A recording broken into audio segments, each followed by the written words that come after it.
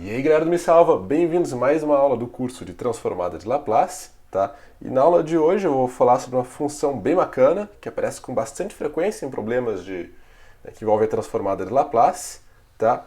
Que é a delta de Dirac, também conhecida como função impulso, ou se quer ser bastante específico mesmo, né, função impulso unitário, tá? Mas antes de explicar, né, o que é essa delta Dirac, vou tentar dar um contexto físico, tá, de onde vem essa função. Então, pensa num problema aqui, né, que a gente quer representar fenômenos impulsivos, tá? O que eu chamo de um fenômeno impulsivo, tá? É um fenômeno, uma força, um sinal, tá? Uma função mesmo, vamos pensar matematicamente uma função que apresenta um módulo muito elevado, tá? Num período, e ocorre num período de tempo, num ΔT muito curto, tá? Então, para dar um exemplo que poderia ser um fenômeno impulsivo, tá? Vou imaginar um f de t que pode ser uma força, tá? Uma força f de t, que ela ocorre, né, só num pequeno espaço de tempo. Ela é zero para quase todos os t's, a exceção desse espaço de tempo aqui, né, que pode dizer que está centrado num ponto A qualquer. Ok. Nesse intervalinho aqui, ela é muito intensa e muito curta, tá? Isso seria um fenômeno impulsivo, ok? A gente vai estar interessado, né, não apenas na f, mas na verdade a gente está mais interessado ainda na integral da f, tá? Que ela vai ser o quê? A gente pode dizer que a área sobre essa curva aqui, tá? É a integral seguinte, que eu chamei de I, integral de menos infinito a infinito de ft dt, tá? Se essa f de t aqui é uma força, isso aqui é uma grandeza mecânica, tá? Grandeza impulso, tá? Você vai ver que nos problemas que a gente vai encontrar força, fenômenos impulsivos, ela não vai precisar conhecer muito bem o fenômeno, tá? Ele mesmo assim, como é que é essa integral dele, tá? Vai ficar mais claro logo adiante, quando eu falar, então, da delta de Dirac, tá? Que ela representa, então, um fenômeno impulsivo, tá? Numa situação limite, tá? No limite em que o módulo não apenas é muito grande, mas ele tende ao infinito, e a duração não apenas é muito curta, como ela tende a zero, tá? Ok, então é um limite, é um caso extremo de um fenômeno impulsivo. Como é que ele vai representar esse fenômeno, né? Então, pegando uma ΔT menos A, ou seja, uma delta Dirac deslocada de A unidades, tá? Só para deixar bem claro que a delta Dirac é representada pela letra grega delta, então não tem como se confundir. Ela vai representar como uma setinha, uma seta vertical, tá? Em A. Simples assim, porque se tu parar para pensar, né, não tem uma curva que represente exatamente uma função assim, né, com módulo infinito, tá? Então, essa aqui é uma representação gráfica que se criou para delta, que é essa setinha, tá? Que é essa setinha aqui apontando para cima. Como é que a gente pode descrever de uma forma mais, né, matemática isso daqui? Eu vou dizer o seguinte, que essa função, tá, ela vale zero para todo t diferente de A. Tá? Eu estou dizendo então que ela tem realmente um fenômeno impulsivo de duração que tende a zero. Tá? Então por isso que ela é zero para todos os pontos, à exceção do ponto A.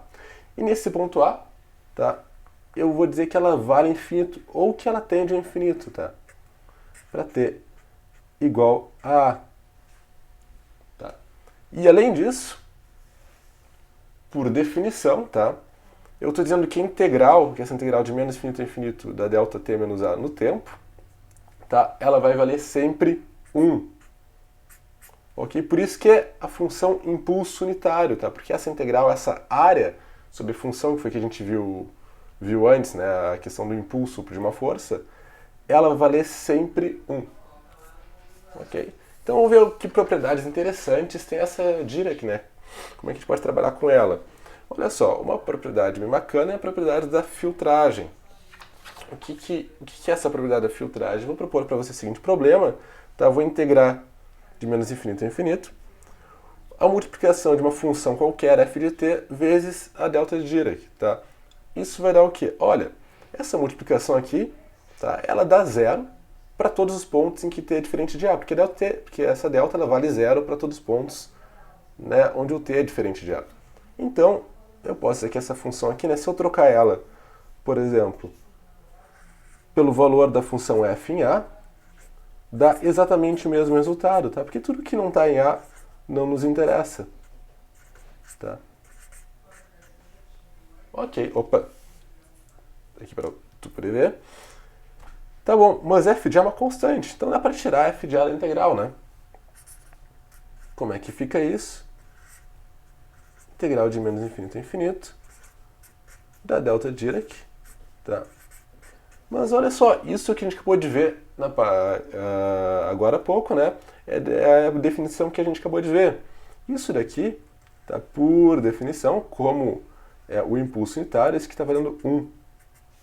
Ok? Se isso vale 1, o resultado da integral lá em cima é f calculado no ponto A. Então, por que se chama propriedade da filtragem? Vamos imaginar, né, que temos uma f de t qualquer aqui, tá? Uma curva qualquer. E se eu realizar essa operação, ou seja, eu multiplico pela ΔT menos A, ok? Vou desenhar ΔT menos A aqui, e depois integro, tá? Tudo isso, vai me sobrar o quê? Vai me sobrar apenas f de A. Por isso é o filtro, né? Todo o resto fica zero, como se eu pegasse apenas aquele ponto e desconsiderasse o resto. Tá?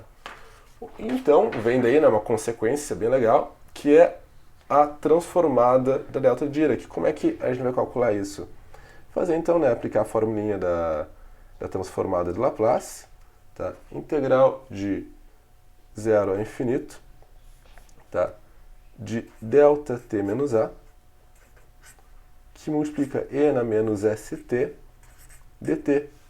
Mas tu te deu conta, né? Isso aqui a gente pode aplicar a propriedade da filtragem, tá? Não tá certo, aqui tá de zero, não tá de menos infinito a infinito, tá? Mas os limites de integral não importa, a questão é que a gente está integrando sobre o ponto, tá? Sobre o ponto A, ok? Então, nesse caso, a nossa f de t vai ser o e na menos st, e o resultado fica e na menos st calculado em t igual a A, tá? Ou seja, né, óbvio, isso que é e na menos as, tá bom? E tem um caso particular bastante interessante, né, que é a transformada de Laplace para quando A vale zero, isso aqui é o quê? Igual a 1, tá? Então, uma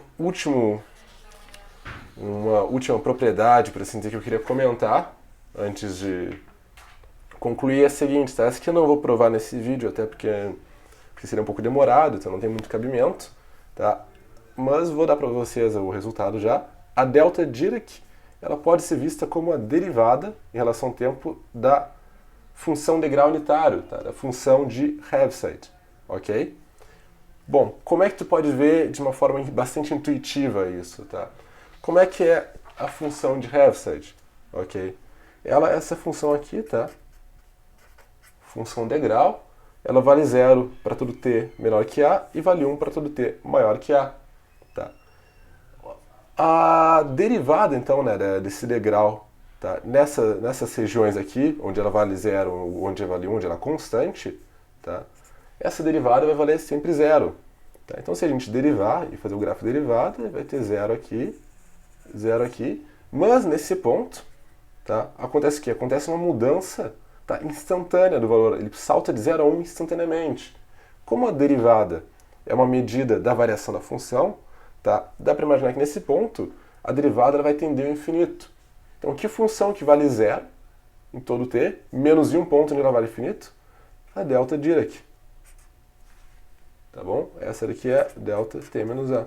Então fica aí de uma forma intuitiva, tá? Não é uma prova formal, mas dá para entender o porquê desse resultado, tá? Então, para concluir um resumão, porque a gente viu bastante coisa nesse vídeo, né? Então, para tu que tá em casa e te lembrar, então recapitular tudo que a gente viu. Bom, a delta Dirac, tá? Delta t menos A, ela é o quê? Ela vai valer 0 para todo t diferente de A. Em t igual a, a gente pode dizer que ela vale infinito, tá? Isso é mais uma representação simbólica para entender ela. Tá? Não é uma definição formal, até que uma função não pode valer infinito num ponto. E, representando graficamente, né, colocar uma setinha A. Por definição, tá? a integral da delta Dirac, tá? Ela vale sempre 1, ok? Ou, entre aspas, a área sobre a curva dessa delta é sempre 1. A propriedade da filtragem, tá, diz que se a gente realizar essa integral aqui, né, uma ft que multiplica uma delta Dirac, tá, deslocada de unidades, o valor vai ser f de a. Tá? A transformada da delta Dirac aqui é e na menos as, ok? E, finalmente, a delta Dirac ela é derivada da função de Heaviside, também conhecida como degrau unitário. Então, vamos concluir por aqui, tá? Eu ainda vou fazer um outro vídeo onde vou demonstrar algumas propriedades como a gente chega a essa conclusão, né, de algumas dessas propriedades da delta Dirac, tá? E, claro que no futuro vão ver exercícios que envolvam a delta Dirac, até para ficar mais fácil de vocês entenderem o que ela representa. Tá bom? Obrigado pela atenção e até a próxima.